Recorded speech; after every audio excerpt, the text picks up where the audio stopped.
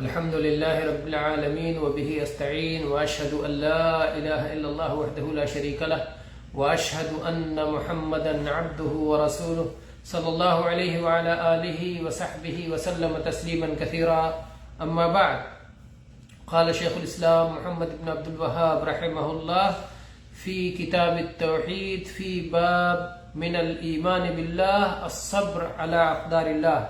قال رحمه الله: وفي صحيح مسلم عن أبي هريرة رضي الله عنه أن رسول الله صلى الله عليه وسلم قال: اثنتان في الناس هما بهم كفر، الطعن في النسب والنياحة على الميت.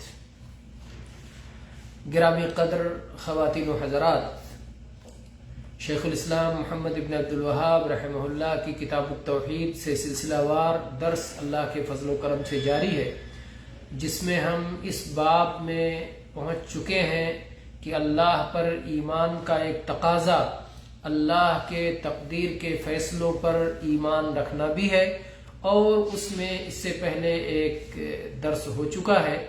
آج اس حدیث پہ ہمارا درس ہے جو شیخ الاسلام رحمہ اللہ نے ذکر کیا. کہتے ہیں کہ صحیح مسلم میں ابو ہریرہ رضی اللہ عنہ کی حدیث ہے کہ رسول اکرم صلی اللہ علیہ وسلم نے ارشاد فرمایا: اثنتان فی الناس ہما بہم کفر. دو چیزیں، دو خصلتیں، دو باتیں، دو صفات لوگوں کے اندر ایسی ہیں جن کی وجہ سے ان میں کفر باقی ہے، جن کی وجہ سے ان میں کفر قائم ہے.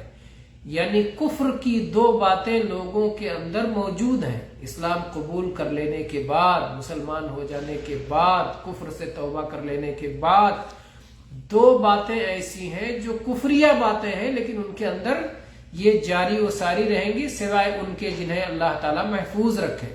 تو یہ دو باتیں کون سی ہیں جن کی وجہ سے لوگوں میں کفر قائم ہے، کفر باقی ہے، کفر جاری ہے؟ جو کفر کی خصلت ہے وہ کون کون سی ہیں؟ پہلی چیز بتایا الطعن فی النسب، کسی کے نسب میں طعنہ زنی کرنا، کسی کے نسب میں کیڑے نکالنا، کسی کے نسب کی تنقیص کرنا، کسی کے نسب میں عیب جوئی کرنا، یہ ہے الطعن فی النسب. یہ چیز باقی رہے گی کہ لوگ لوگوں کے نسب میں طعنہ زنی کرتے رہیں گے. یہ نہیں کہ سارے مسلمان ہیں تو اب یہ چیز چھوڑ دی جائے، یہ تو کفریہ طریقہ تھا، لیکن یہ باقی رہے گا اگرچہ کفریہ عمل ہے. اور دوسری چیز فرمایا النیاحۃ علی المیت، مردے پر نوحہ کرنا. یہ کیا ہوتا ہے؟ نوحہ کا مطلب یہ ہے کہ مردے کی خوبیوں کو گنا گنا کر کے، شمار کرا کے چلایا جائے، رویا جائے. تو بلند آواز سے چیخ چیخ کر مردے کی خوبیوں کو اور اس کے کمالات کو شمار کرایا جائے، گنایا جائے. یہ نوحہ ہے جو مرنے کے بعد کیا جاتا ہے. تو اصل میں اس کے اندر تقدیر کے فیصلے سے ناراضگی ہوتی ہے، ناراضگی کا اظہار ہوتا ہے. گویا جو شخص اتنی خوبیوں والا تھا، جو شخص اتنے کمالات والا تھا، اس کو موت نہیں آنی چاہیے، اس کو زندہ رہنا چاہیے. جبکہ یہ اللہ کی تقدیر کا فیصلہ ہے، اللہ کا فیصلہ ہے کہ اس کی مہلت زندگی ختم ہو چکی ہے اور اب اس کو موت آ جانا چاہیے. تو نوحہ کرنے والے گویا ایک طرح سے صبر نہیں کر رہے ہیں، بے صبری کا مظاہرہ کر رہے ہیں اور تقدیر سے شکوہ کنا ہے.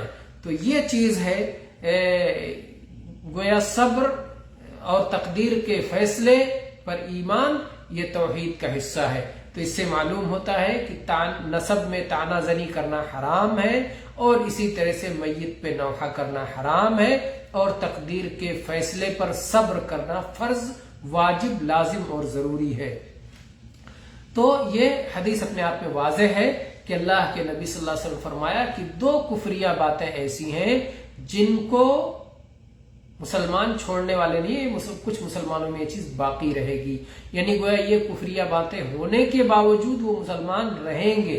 تو گویا کفریہ باتوں میں کچھ چیزیں ایسی ہیں جو کمترین کفر ہے، کفر دون کفر ہے، جن کی وجہ سے آدمی ملت اسلامیہ سے خارج نہیں ہوتا، لیکن وہ حرام چیزیں ہیں اور وہ کفر کی باتیں ہیں اور وہ کفریہ عمل ہے جن سے ایک مسلمان کو بچنا چاہیے۔ تو اس حدیث سے معلوم ہوتا ہے کہ نوحہ کرنا حرام ہے اور یہ ایک کفریہ کام ہے، لیکن اس سے آدمی اسلام سے خارج نہیں ہوتا۔ اسی طرح سے اس حدیث سے یہ بھی معلوم ہوتا ہے کہ صبر کرنا فرض اور ضروری ہے۔ اور یہ کہاں سے معلوم ہوا؟ یہ اس طرح معلوم ہوا کہ نوحہ یہ بے صبری کا مظاہرہ ہے، اور جب نوحہ کرنا حرام ہے تو اس کے مقابلے میں صبر کرنا فرض ہے۔ اور اسی طرح سے اس حدیث سے بھی معلوم ہوا کہ بعض کفریہ اعمال ایسے ہوتے ہیں جن کی وجہ سے آدمی اسلام سے خارج نہیں ہوتا، بلکہ ان کے باوجود وہ مسلمان باقی رہتا ہے۔ اور اسی طرح سے نسب میں طعنہ زنی کرنا بھی حرام اور کفریہ عمل ہے۔ واللہ تعالی اعلم، وصلی اللہ علی نبینا وسلم، والحمد للہ رب العالمین۔